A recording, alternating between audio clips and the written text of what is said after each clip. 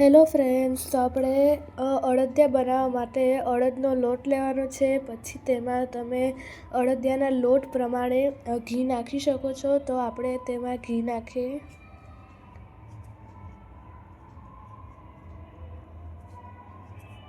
તો આ રીતે ઘી નાખવાનું છે અને આ ઘી નાખ્યા બાદ તેને મોણ આપવા માટે આ રીતે તેને આપણે જે રીતે લોટ બાંધીએ એ રીતે બાંધવાનો છે. તો જ્યાં સુધી લોટ જો આ રીતે કઠણ થઈ ગયા બાદ તેને આ રીતે દબાવવાનો છે, તે જેને અમે કાઠિયાવાડી ભાષામાં મોણ આપ્યું કહીએ છીએ. આ રીતે મોણ અપાઈ ગયો છે. હવે તેને ઢાંકી દેવાનો છે 15-20 મિનિટ માટે.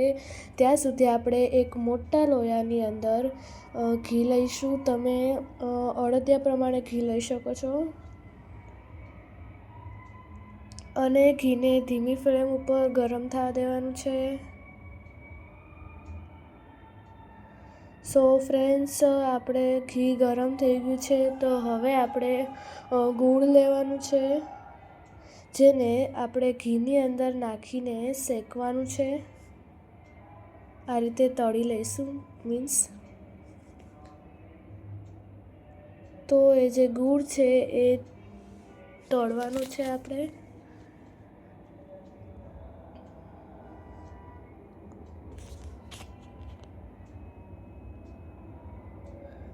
આ રીતે ગોળ તળીએ આપણે.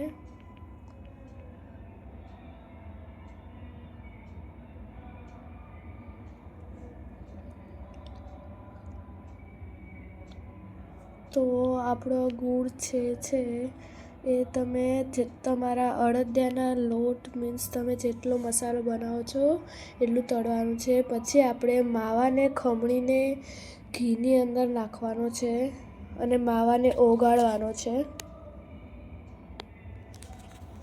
તો આ રીતે તેને હલાવવાનો છે અને ફ્લેમ ધીમી રાખવાની છે, જેનાથી નીચે બેસી ના જાય.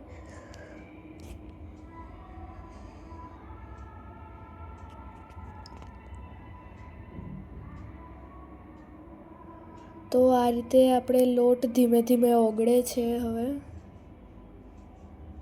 તો આપણો લોટ હવે બસ તૈયાર જ થઈ ગયો. આપણો લોટ ઓગળીને તૈયાર થઈ ગયો છે. હવે જે લોટને આપણે મોણ આપ્યું હતું એ લોટને થોડો ચેક કરવાનો છે કે પરફેક્ટ લોટ છે કે નહીં, અને લોટ થોડો કઠણ હોય એવો હોવો જોઈએ. અને પછી આપણે જે ગોળ તૈયાર કરી હતી એ જોઈએ આપણે. અને એના બાદ આપણે જે લોટ છે એને ચાળી લેવાનો છે. તો આ રીતે એને ચાળી લઈશું આપણે.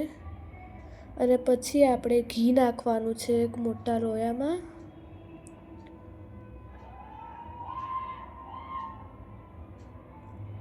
તો આ રીતે ઘી નાખીશું. તમે અડદિયાના તમારે જે રીતે મસાલો બનાવો એ રીતે તમે લોટ નાખી શકો છો, ઘી નાખી શકો છો. અને હવે આપણે આમાં ઘીની અંદર આપણે આ લોટ નાખીશું. અડદનો જે આપણે મોણ આપ્યું હતું એ લોટને બરાબર હલાવવાનો છે અને આ લોટને પણ આપણે એક રીતનો ઓગાળવાનો જ છે.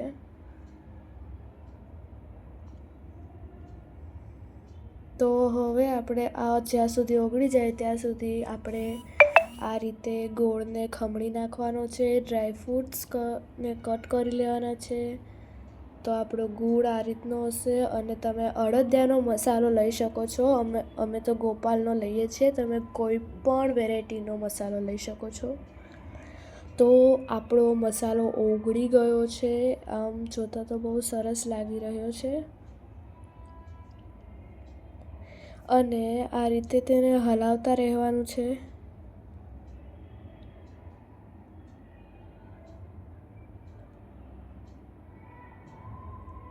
ફ્રેન્ડ્સ, હવે આપણે એની અંદર ગોળ નાખવાનો છે અને તેને હલાવવાનું છે. ગોળ મિક્સ થઈ જાય એ રીતે તેને હલાવવાનું છે. સો ફ્રેન્ડ્સ, આપણો ગોળ સરસ મિક્સ થઈ ગયો છે. હવે તેની અંદર માવો નાખવાનો છે, જે આપણે ઓગળીને કર્યો હતો એ. તો એ માવાને પણ આપણે મિક્સ કરીશું.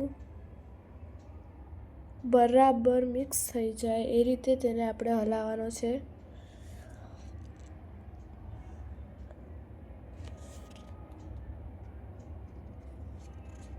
સો ફ્રેન્ડ્સ, આ રીતે આપણે તેને હલાવતા જ રહેવાનું છે બરાબર, અને ફ્લેમ ધીમી રાખવાની છે. અને તમે જોઈ શકો છો કે ધીમે ધીમે તમારો મસાલો આ રીતનો થઈ જશે. અને તેની અંદર હવે આપણે કાજુ બદામની જે ડ્રાયફ્રૂટ્સ ને એવું બધું હોય એ નાખવાનું છે, અને તેને બરાબર હલાવી દઈશું. અને હવે તેમાં આપણે અડદિયાનો મસાલો નાખવાનો છે. તો આ રીતે મસાલો નાખવાનો છે.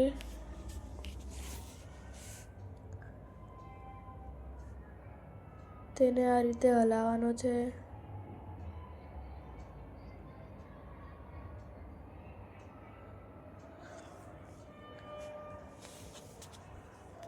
તો આપણો અડદિયાનો મસાલો મિક્સ થઈ ગયો છે. હવે આપણે આની અંદર જે ગોળને આપણે નાના નાના પીસમાં કટ કર્યું તો એ નાખી દેવાનું છે. પછી એ સારી રીતે મસ્ત મિક્સ થઈ જાય ત્યાં સુધી તેને આપણે મિક્સ કરવાનો છે. તો બસ તે બરાબર મિક્સ કરતા જ રહેવાનું છે.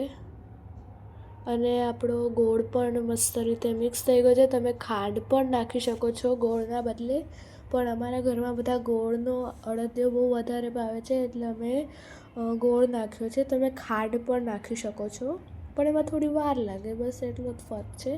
અને હવે આપણે એક થાળી લેવાની છે, તેમાં ઘી ચોપડવાનું છે, અને તેમાં આપણે આ અડદિયાનો મસાલો નાખવાનો છે.